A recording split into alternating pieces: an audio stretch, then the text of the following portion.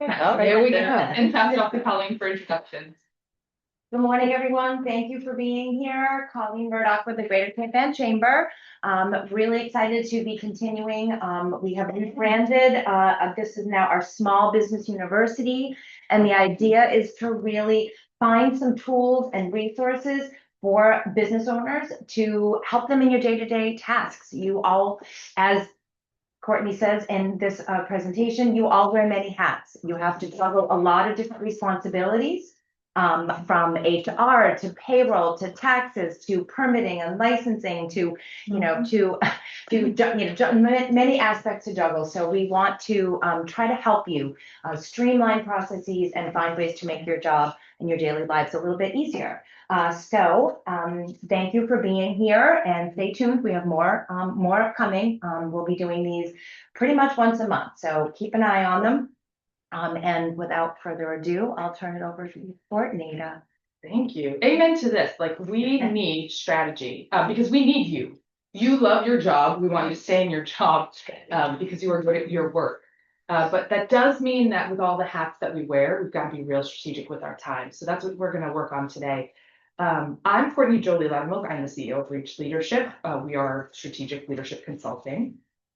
Let me say this. I have been a resident of Cape Town for 19 years, which is the longest I've ever lived anywhere. I quite love it here. And one of the first things I did when I started this business was to join this chamber. And proudly, as a resident and a chamber member, good morning. Thank you. This network, you're like family. You look out for each other, make referrals, get together, share the good work you're doing with each other, lift each other up, So let's take advantage of this time together and introduce ourselves. I'm going to ask that it's just given the number and what we're going to cover, brief, with your name, the organization you represent, and just briefly why you said yes to today. Okay. And I'm going to start off as an example. I'm Courtney Jolie Loudermilk, Reach Leadership. I said yes to today because, my goodness, role clarity is often overlooked. It is an evidence-based practice and is my mission to strengthen leaders' role clarity so you can be successful and satisfied, all that you deserve. So this I see today as like a whole picture opportunity. Yes, for work, but also when you're doing better work, you feel better in other areas. And I'll pass it to you.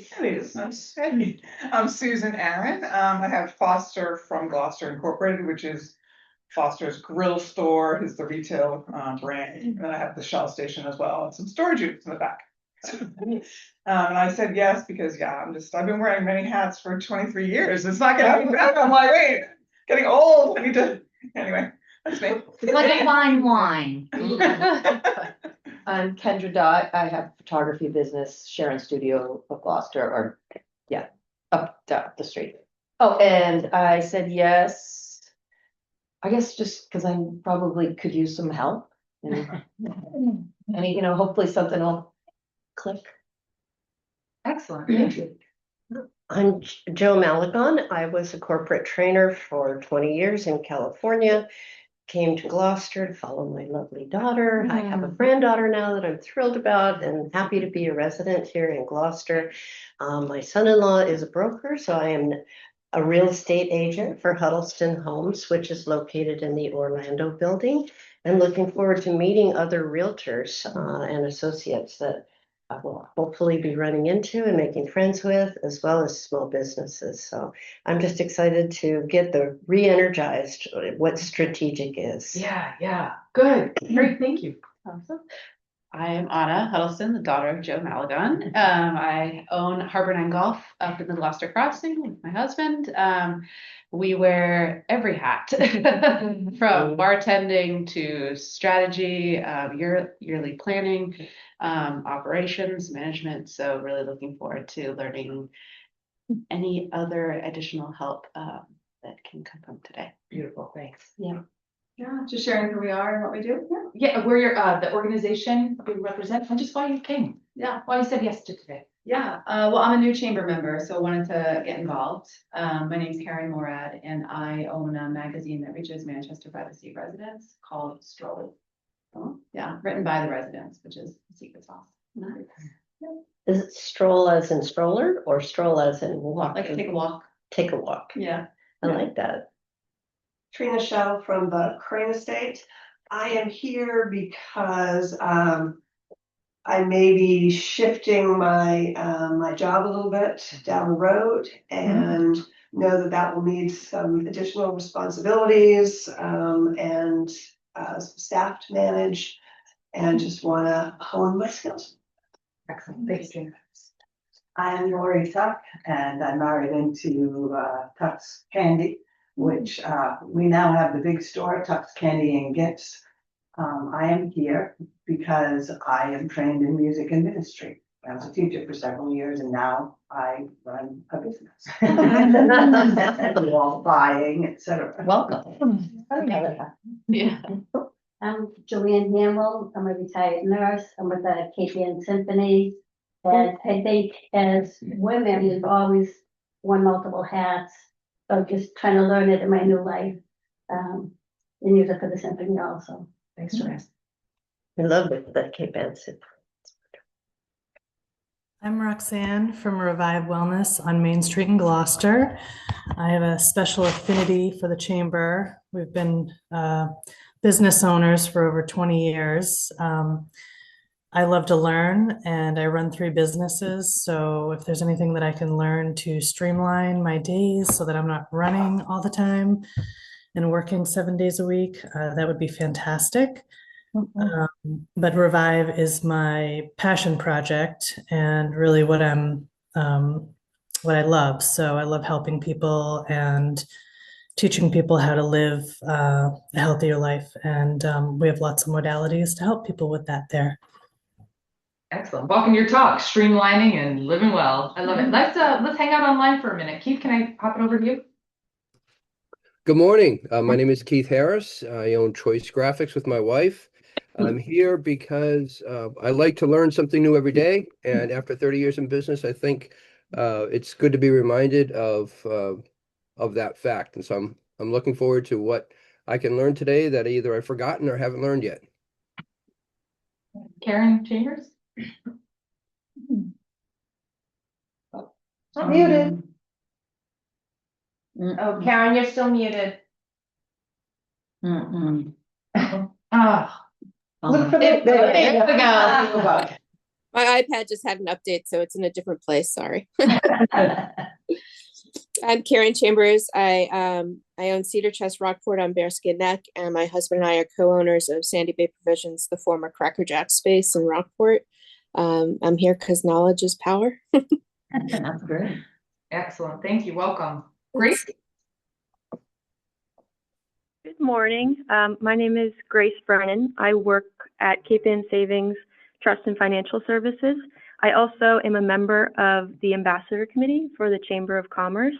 I said yes today because I think that this seminar will help better support and connect with local small businesses and the community. Excellent. Glad you're here. Kimberly? Good morning. I'm Kimberly from the Emerson Inn. I owner for the last just 6 seasons, 5 years. And I have done a terrible job keeping work-life balance and training my leaders not to be reactive. So I'm hoping this year that this will help me do that. So that's why I said yes. Thank you. Welcome. Joanne Hurt? Hello, can you hear me? Yes. I'm Joanne Hurd, and my company is Joanne Hurd Hand Knotted Artworks. So I come from a background of interior designer with my own business, and I have been producing in collaboration with my Nepalese partners, handmade, hand knotted custom tapestries and rugs.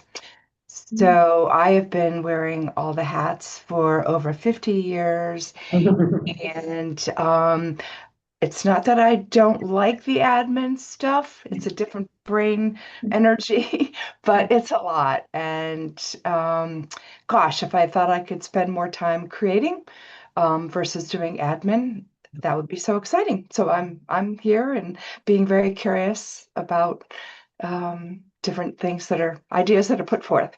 Excellent. Cindy? Maybe not. We've got our chamber members. All right, Yeah. can we come back to the table? Yes. Beautiful. Colleen Murdoch, Director of Community Relations at the Chamber. I'm here primarily to welcome you all, but wear many hats with the variety of different roles and functions that play here. So between event planning and municipal meetings and planning seminars and doing outreach with our members and trying to hear from them about what they need and what they want. So so finding ways to, I also serve on two additional boards, Discover Gloucester and Cape Ann Pride. So many hats, as well as a mom. So finding ways to find that balance and to better my role and serve all of you and keep things going. Thanks. I'm Lauren Georgitis and I own GL Design. I'm a graphic designer. I help people with branding and their websites and social media and marketing. Kind of a long story how it got there, but I never went to business school. I'm a fine artist by degree. So I'm here and I said yes today because, I'm tired of winging it and I'm trying to be a little more strategic. Cool. Oh man, I love it. Okay, thanks, Lauren. I'm Jess. I'm from M&T Bank in Manchester, soon to be Beverly. And let's see, I'm here because I love Courtney, but also I kind of wear a lot of hats. And I'm just trying to balance life. Thanks. Morning, my name is Joanna Garcia with Sassy Square Marketing. And I said yes today because I believe that this is a necessary ingredient for scalability. And we're looking to grow, and this is what we're hoping that is going to take us there. Thank you. Welcome. Hey, good morning, everyone. I am here in support of Jess, as well as all of you. I'm Aaron Thomas. I'm a business banker with M&T Bank, and just so impressed with each of you wearing these hats. I wear a lot myself, but I'm just here in support of each of you this morning. I'm so glad you're here. So here's the thing. Step one is like be in community and validate this experience that you have. Check. That's so important that we're thinking about this. But I also heard you all say you're here with open minds, just trying something new. Please imagine this, that we're here as a group. Imagine this as an individual coaching session. Like really get ready to operationalize the strategies you're thinking, you're hearing. And that may be because a shift is coming or because growth is happening, either way. Or it's been business as usual for 30 years.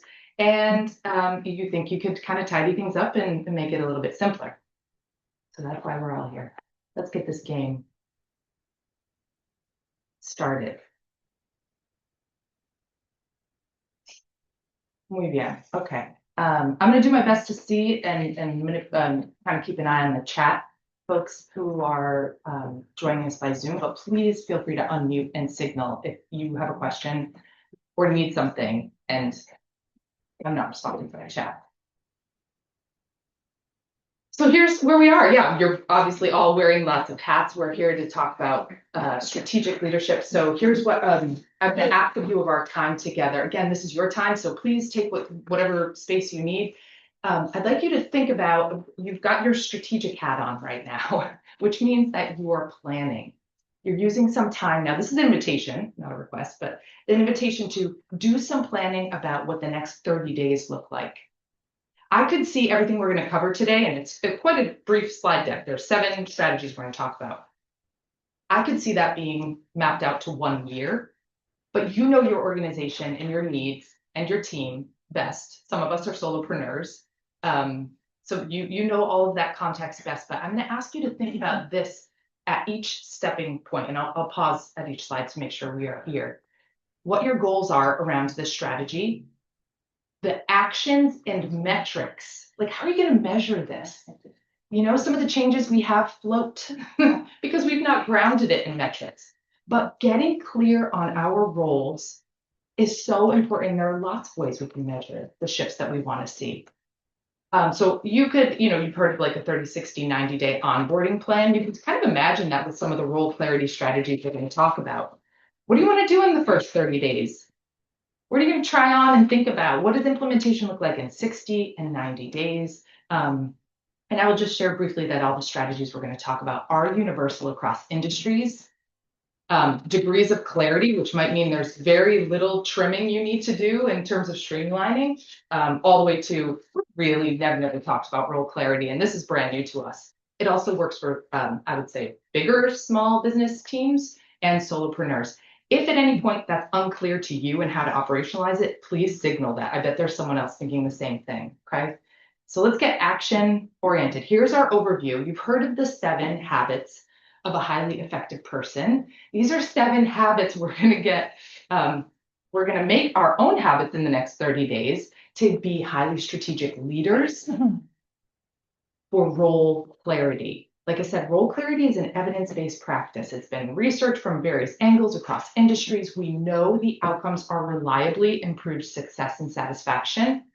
And here is what I've learned in 20 years of coaching many hundreds of people across different industries and across the lifespan, is that briefly, we're going to talk about how you document the roles and responsibilities, how you start being a detective for ambiguity and sniffing it out, how you encourage feedback and norm that and get more comfortable with it, both giving and receiving feedback. How autonomy plays a role in this, which means, oh my goodness, for us like doers and go-getters, letting go sometimes, and not controlling it all, that some hats don't look good on us. Put that hat down. Put that hat down. I've got one in my closet right now. Actually, it has its days. It's from Savannah. And I turn into like, I have an alter ego and she looks okay. But some hats you gotta put down, don't worry. Okay. Because that's important. We're all talking about tired of winging it. I'm tired of, I heard something to the effect of, that I don't like it, but I heard the articulation in your voice. You don't like it. It's not that I don't like some of the administrative things, but if it's not ours, how do we give it back to others? Really what this comes down to is getting very keen on matching expertise and responsibilities so that we know the people doing what they're supposed to be doing are good at it and they're ready for it.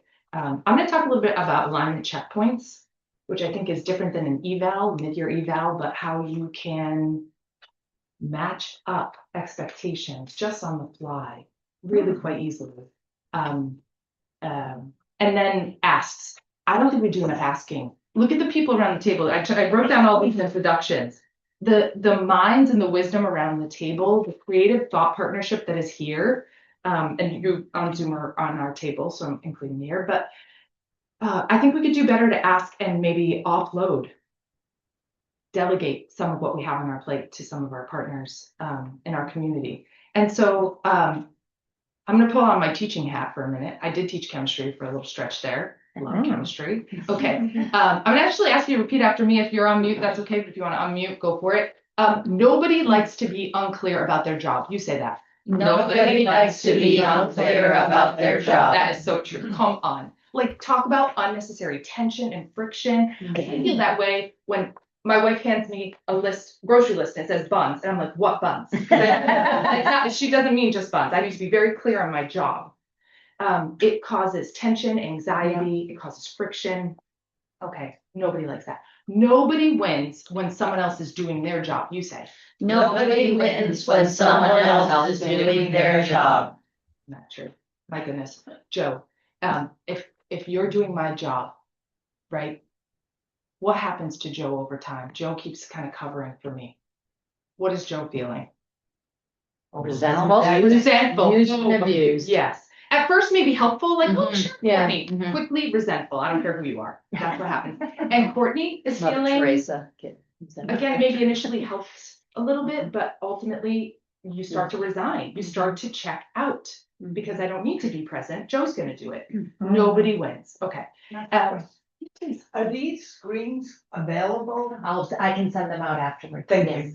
Yeah. This is your mantra. You're going to put it on Post-it notes. Trying to keep up. Yeah. I will send this slide deck out to everybody after, so don't worry about taking pictures or notes on the actual content of the slides. This last piece for me, I'm going to ask you to really think about what you're saying when you repeat it. I wouldn't be doing my job if I didn't pay attention to the importance of role clarity. Your turn. I wouldn't be doing my job if I didn't pay attention to the importance of role clarity. Of our job. This is the inroad. If you've not attended to role clarity before, this is kind of news. That's your inroad. It's part of your job. You get to say that. And this makes it, yeah, this opens doors. Okay, thanks. That was really fun to hear you. Sure. All right, let's dig in. Habit number 1. Here's the thing. I don't know the last time you took inventory of your responsibilities, but if you haven't, it's time. It's time to make that list. We need to be clear on our roles. I know it takes time to do this. Believe me, it saves time in the long run. Why? Because, well, was it, forgive me, I lost track of, is it Trina? Yes, you were talking about shifting roles. Yes.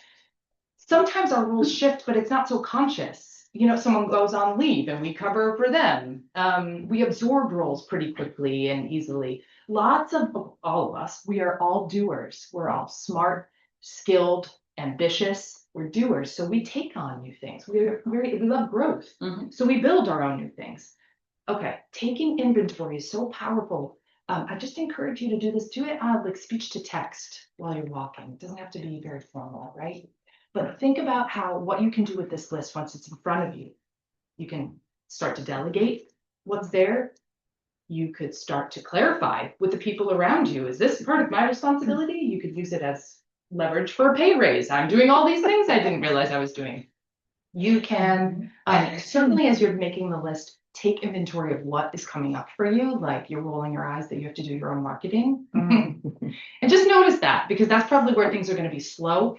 And that matters very much when it comes to the right-hand side.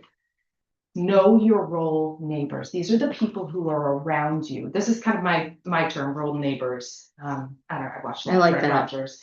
Who lives next to you? Colleagues, sure. For our solopreneurs, it might mean a team that hires you. That team is now part of your colleague team. They are your role neighbors. And it is so important that in the descriptions of the scope of work and the contracts, we are very clear about who's doing what. We hire people. We hire experts to help out. We offload different parts of our work. Shipments, orders, marketing, whatever it is. We have contracts that probably aren't as detailed as they could be. So think about that. Even with clients or patients or customers, how clear are you on the roles that those people have? For those of us who consult, it's very important that you're upfront and hold the boundaries of the working relationship. Otherwise, you will be doing somebody else's job. This last piece, I just want to highlight network. As a solopreneur, I rely on a network all the time of thought partners. Sometimes it's a neighbor, a real neighbor, like someone who lives next to me, or Jess, or a family member, someone at the chamber. And I usually, if we're getting strategic here, the network is someone who you haven't hired, but they are someone you go on a walk with, and you just start to think about what it is that's not coming to fruition on your own. There are a couple of leaders I work with who use their board as part of their network, as thought partners. And it could be around things that just aren't their cup of tea or their training. Budgeting. I don't want to do that alone. I know it'll take me days, but you're so good at budgeting. We're going to go for a walk and we're going to, share expertise and wisdom. So you're a network, but getting it down. I say document this because I like it written. That is truly accessible. If you and I exchange what we agree to, chances are we're going to walk away with 2 different impressions. If it's down in writing, it's a living, breathing document. Think about that. Where could you have a living, breathing document of responsibilities? And talk about simplifying and people being in their own lane. Okay. Number 2, be a detective for ambiguity. Ambiguity slows us down. Ambiguity is we're not quite sure. Ambiguity is we both share this responsibility, but ultimately I don't know who's responsible for it. Or I'm not clear what sharing looks like. If we want to champion clarity, we're going to look in these 4 areas. And I'm actually going to ask you, as you're thinking about these 4 areas, if someone here might be able to tell me, give me an example of what's coming up for you. Okay, ambiguity can live around the definition of tasks. I want to coach this young adult who got a job. They were hosting, part of their job was cleaning.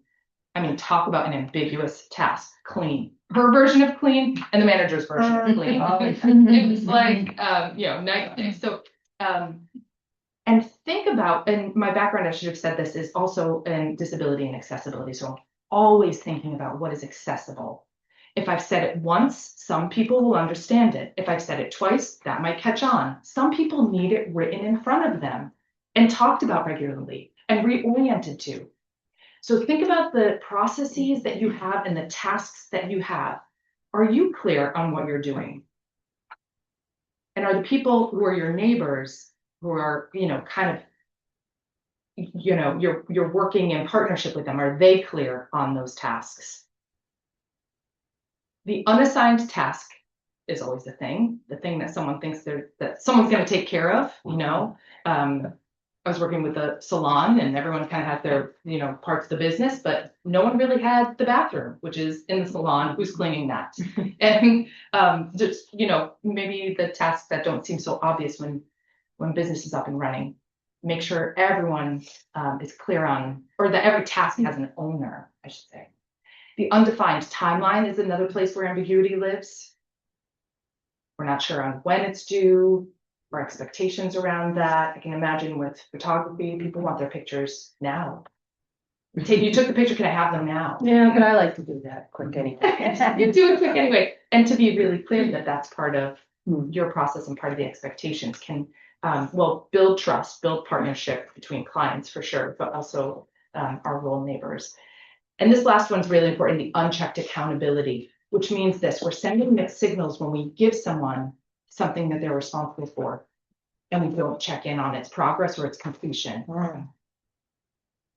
We're saying it doesn't really matter and you don't really have to do it. So how are we really holding people accountable and being very clear about that? That we want to give you autonomy and step back so you can do your work, but I want to be clear that by next Friday, I expect this, this, and this. Yeah. What's coming up for you all in terms of it? Yeah. I think it's probably, for most people, it's just hard to be, it feels a little hard ass, right? To be like, this is what I expect. And I feel like if you just want to be like, nobody mad at you. So you tend to kind of, oh, well, okay.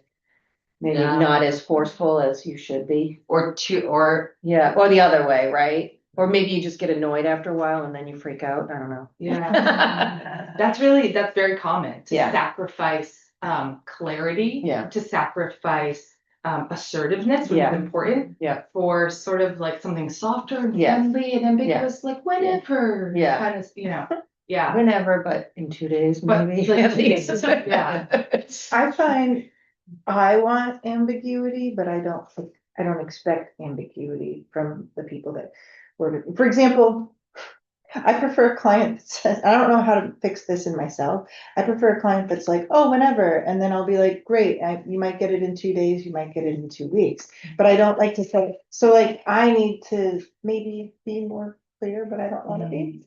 Yeah. So I'm not sure how to, that's just a thought. I'm not sure how to. That's great noticing. You don't have to do more than that, but to notice, that is really powerful. You know what sometimes you can do too, is you can say 2 weeks and then you can get it to them. Oh yeah, I like to. But then you can get it to, right. I like to do that. With the brands, it's 6 weeks, man. Yeah. But sometimes it's.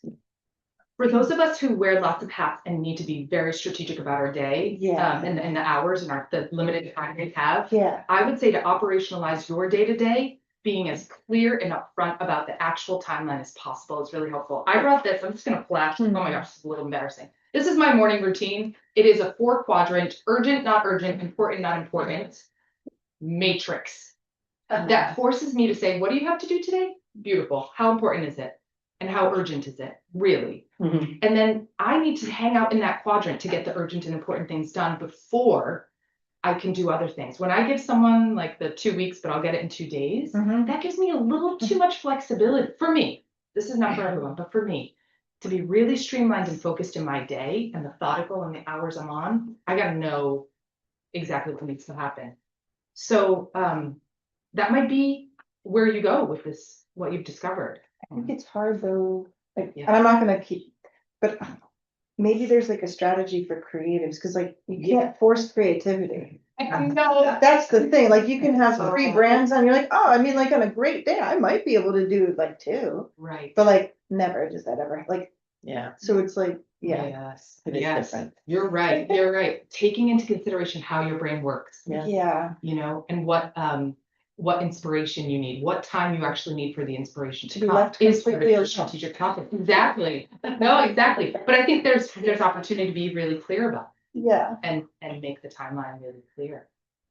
Important to Yeah, think about. I learned something a little bit earlier in my career. I was coaching a new direct report, and someone had told me, Anna, you're doing them a disservice if you are not clear what your expectations are, because how could they ever rise to your expectations if they don't know what they are?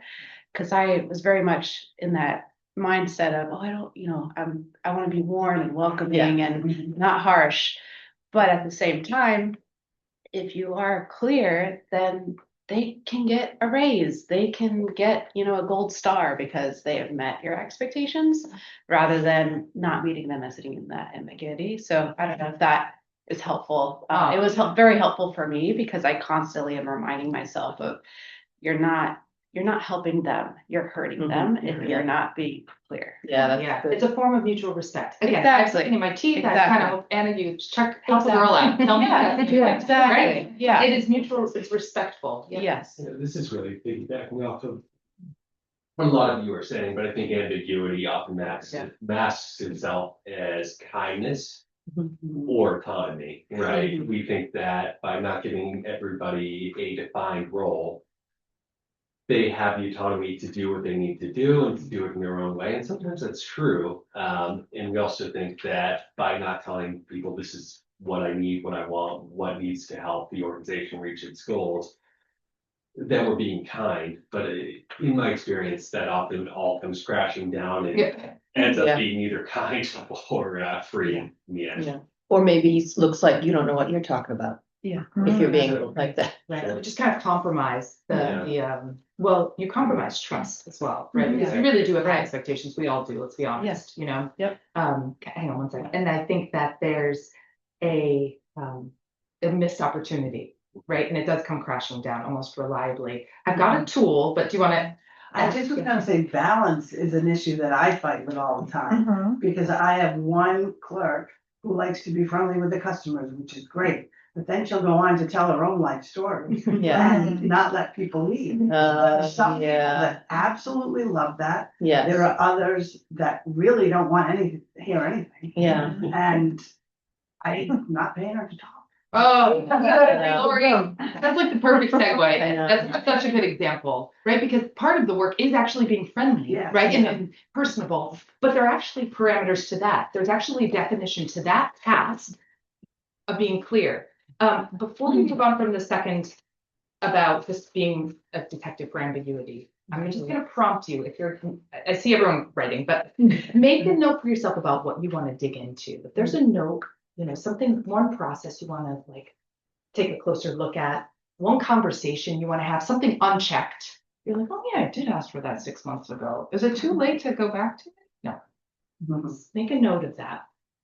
As we move into a tool, then I'm going to use Lori's example to play out. The thing is, we really want to norm feedback loops, really open, regular communication. But in order to do that, we need a strong building block. We need to feel comfortable, confident, and clear in our ability to articulate what it is we're asking for. We're not being aggressive, right? Asserting what you need is not aggressive. It's not unfriendly. It's a form of, and as you said, mutual respect. So thanks to lots of decades of research, Marshall Linehan and DBT, I'm not a clinician, but this is a tool for everyone, is this acronym DEAR. It's part of a bigger acronym, Dear Man. The DEAR, DEAR, is 4 parts, and it stands for the 4 parts of preparing yourself for maybe a difficult conversation. One, imagine giving feedback to a chatty chat. And you love the energy, you love that people come to, see this person, but it's actually, it's slowing things down. It's actually getting in the way of business. So here's what we might want to say. We need to describe the situation. When, and this is very objective, like a reporter, and very brief. When guests come in, I noticed you share, you are very good at listening to their story and share many parts of yours. I'm going to even imagine, Lori, that some of the things that come out are not workplace appropriate, because sometimes that happens. Not really. Maybe They're not. totally inappropriate. Okay. It's like, not everyone needs to hear about it. You don't need to know that, right? Yeah. Okay, that's what I mean by inappropriate, Yeah. not fresh, just not now. Yeah. What we need to do is express the emotion. This is actually part of empathy. This is one of those critical soft skills that de-escalates kind of like tense conflict sort of feeling scenarios. And when you express the emotion, what is Lori feeling? Frustrated. Yeah, I feel frustrated because it's slowing things down. We end up with a kind of long line out the door. I notice customers are getting frustrated. Again, use your power of detective skills and make sure you're able to articulate what it is you notice objectively. Take, if you can, your subjectivity out of it is what I'm trying to get at, and then go for the A, assert your need. What is it you're asking for? I need you to imagine that with each customer that you can, exchange niceties and stories, but that these are 40-second interactions or 30-second. Yeah, there needs to be a compromise, I think. Yeah. Probably she's Because she's gonna be like, put a little timer under her "Hey, desk. but my guests love it. I have such a good conversation, Time's up. they love it." But Yeah, acknowledging that, yeah, you. Reinforce. we all know people. Yeah. Reinforce, this is an important part, how it's mutually beneficial to this person who you want to keep and the business. Always at the reinforce, bring it back to their role. This is part of your role to greet people and be warm and know people and know that Mrs. Luftkin had a surgery and you checked in on her. That's part of your work. But it's not part of your work to share your story. Tie it back to the mission and the goals, right? Make it, again, as objective as possible. Can you say your name again? I'm sorry. Aaron. Aaron, thanks. Yeah. Go ahead. Yes. I'm a little unclear on the express the emotion part. Yeah. Just on how you're going to maintain objectivity when we're talking about emotions. And whose emotions, by the way. And whose emotions. So this model asks you to name your emotion. Okay. It is frustrating. It's a pretty common one for using this tool. It's frustrating or it's worrisome. I'm worried to see a line out the door. And sometimes that tail end of the line leaves because they're waiting so long. Again, it's based on whatever you're observing. So, but the power of the emotion is that you're using an I statement here. I noticed, I feel, so it's not, you're not projecting anything. So that does make it objective. It is your experience, but I see what you're saying. No, but that's helpful. That was a Thank you. question. Separate from the describing the situation objectively. Any other questions about deer? Ooh, try it out. Try it out. Here's the thing. You could practice this with something that has long passed and you never addressed. Just to give it a shot. You could practice this with like when you get your coffee in the morning, you say by Cake Ann. It works in all relationships, but it really works around as a building block of giving feedback and open exchange. The more you practice this, the more it is normed, the more people will do it in reverse, which is what you want. Okay, habit number 4. We have got to find ways to let go. I was at a gathering last night and I was talking about coming here and talking about role clarity and wearing all the hats. And some of the business owners were like, but you need to wear all the hats. And I thought, I hear you. I feel very responsible for all the things that happen in my business. And I overstep. Who's overstepping here? Be honest. Come on. Yeah, we share it in one way out. Oh, that's a rough one. I mean, this is a family business that I inherited. So it's like my baby, it's part of my DNA. So and now my husband came to the business. And working with your spouse is extremely difficult, I have to say. And just each customer to me is like one of my little children. So if they're not being served to my standard, I step in. Yeah. So like if the phone doesn't get answered on the first ring, you know what I mean? It's like You're like, I got it. I got it. Everyone. It's just so crazy. But yeah, I don't know if I can go into great detail because You're giving great detail. No, not great. That's great. Great details. Those are great examples of where that's kind of, I'm gonna use air quotes here, easy one of stepping in on the phone, but that pulls you away from something, no doubt. Right. It's easy to yell at your husband than it is to yell at somebody else, I'm sure. No, you have to live No. with them. I work with my husband yeah, you too. have to live with them later. I mean, I definitely I want to say so the customer isn't being served because it's my husband. I sort of feel like he's part of my responsibility. So like if he's not doing it, it's almost easier with an employee that's once removed from you, Sure. because there's a better boundary with an employee for me of paying them, but this guy I have to live with. Wow. Word. Show of hands, how many people working with a family member? Yeah. Okay. Wow. So this is where the step one, role clarity is so important. And where a future one, the alignment checkpoints is really critical, that you are on the same page, in agreement regularly about it, and using DEAR to point out where there's some friction. When I was talking about being a detective for those 4 areas of ambiguity, if you're not sure where to begin, look for where friction is, or where you're tense in your job, or that task that kind of keeps bugging you. That is for sure. There's something ambiguous there that could be cleaned up, which is why we're talking about a 30-day and maybe 60 and 90-day plan for implementation. This shift for you all is going to start small so that it's sustainable, tiny shifts. We're picking one area to start even just noticing, right? Because maybe if you try DEAR, but you've got all these feelings about, like, I always want to answer the phone or whatever is going on, that is probably going to put someone back on their heels and might cause more tension. So we want to be really objective and really plan and strategize around DEAR when we're approaching someone. But we're going to start tiny. We're going to start with one small thing. Along the way, promoting autonomy and letting go is so important. And this means this. A brilliant supervisor once told me, Courtney, let the disaster happen. And I thought, Larry, I cannot. I said the exact same words. This is my baby. I poured my life into this. And the work I was doing was very serious and clinically oriented. And but what he also meant was your version of the disaster, right? He knew I was catastrophizing. He knew that's a limited thinking pattern, that we see this phone not answered within one call. I'm sorry to use that example, but it's such a good one because it does create tension, and you're like waiting for the next ring. I'm feeling it. It was such a good example. That was a version of my disaster, or the thing that doesn't get done on a timeline. Let that happen. That actually becomes part of our objective evidence of what we're going to hold up that mirror.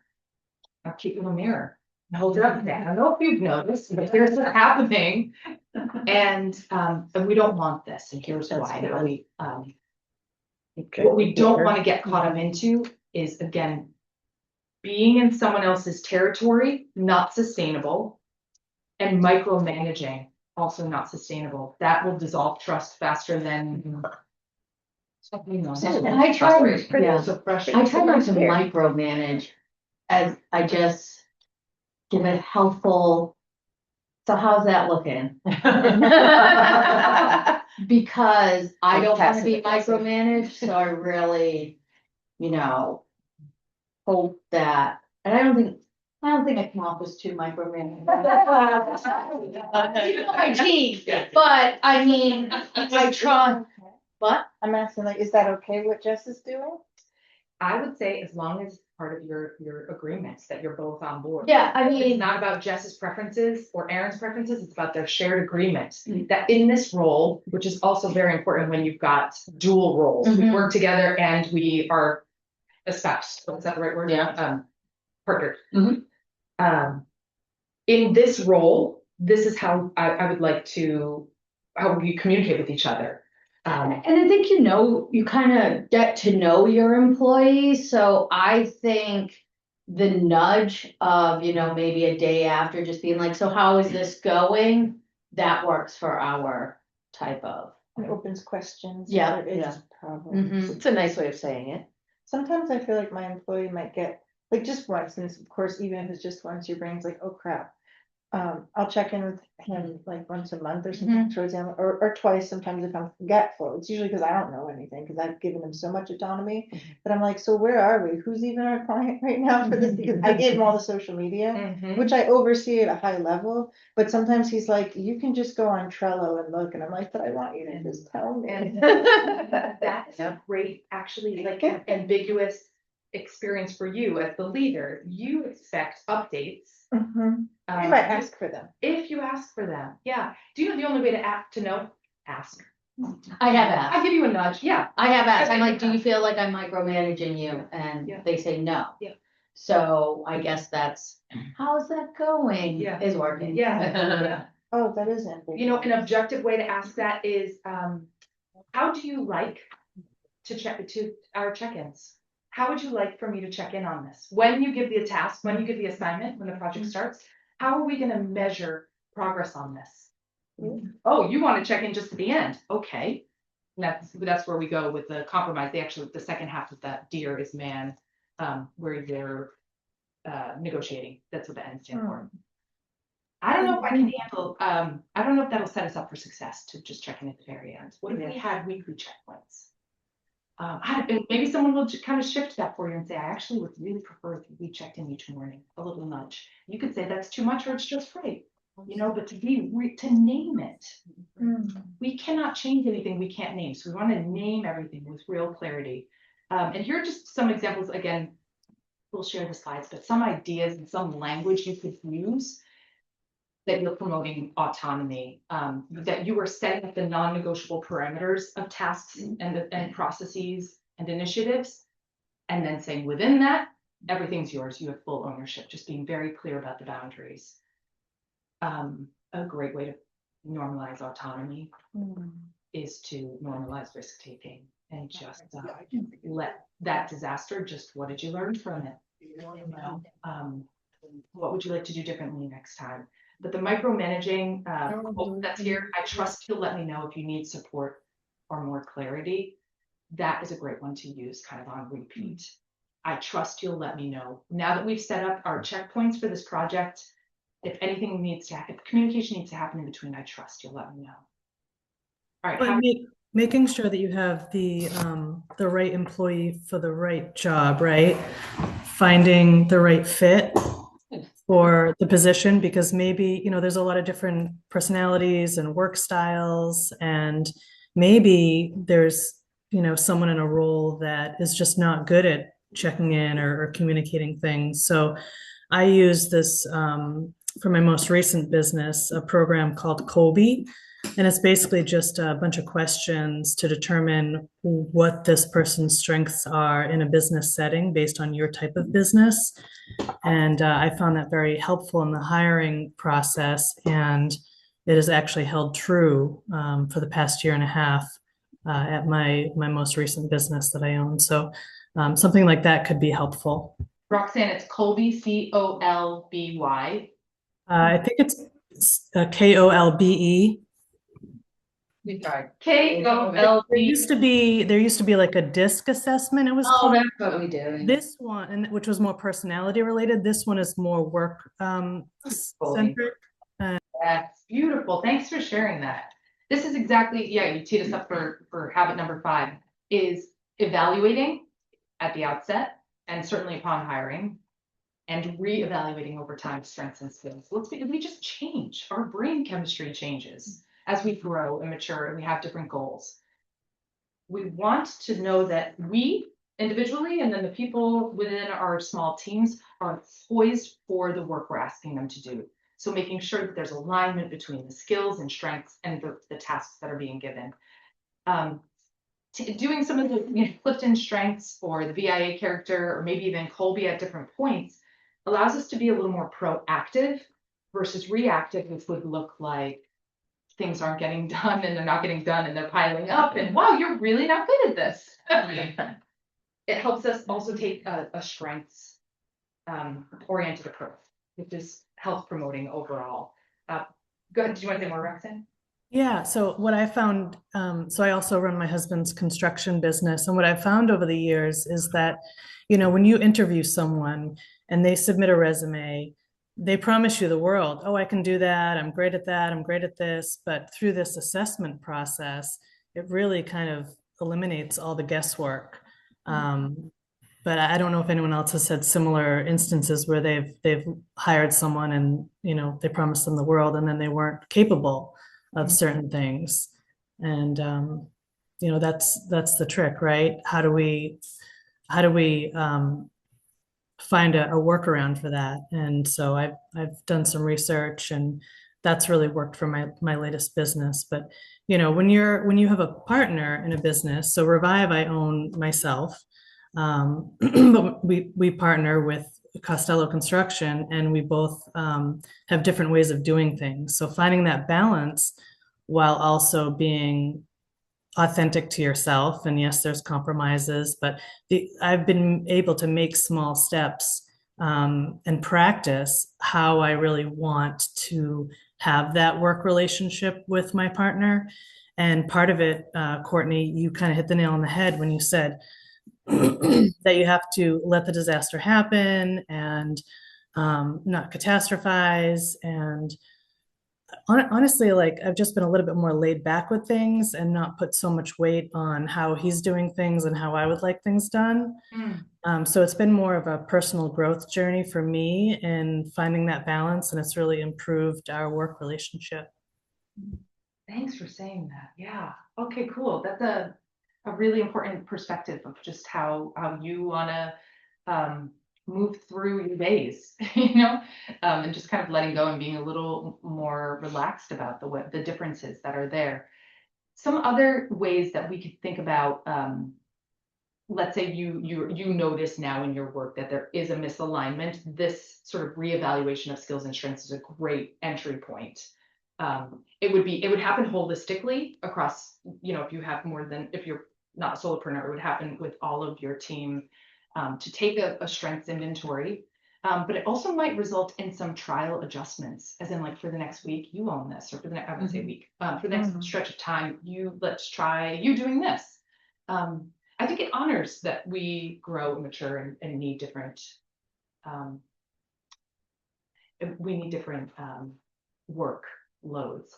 It also honors I feel stuck that I've hired someone and it's a mismatch. They overpromised and it's not happening. So kind of both of those roads. Similarly, we want to establish what I was sharing earlier, the alignment checkpoints, which is go back to that list. Remember the list in the beginning of the roles, the responsibilities you have, right, and all your role neighbors. Because we are all individual humans who grew in our own different various cultures, we have different understandings that we can only align if we talk about it. Our general expectations for pace, performance, what success looks like. If it's not operationalized, there's a lot of wiggle room for interpretation.